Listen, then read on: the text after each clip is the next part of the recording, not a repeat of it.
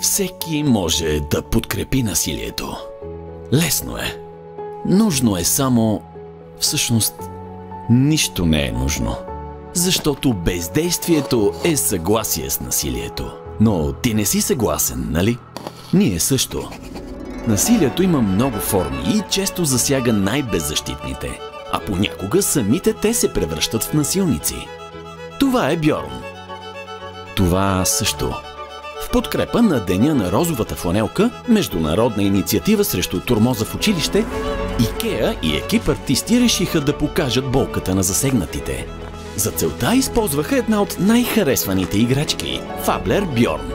И те призовават да заявиш своята позиция, да се изправиш срещу насилието и да не го харесаш, където и когато го видиш. Това не е игра. И в нея няма победители, а губещите сме всички.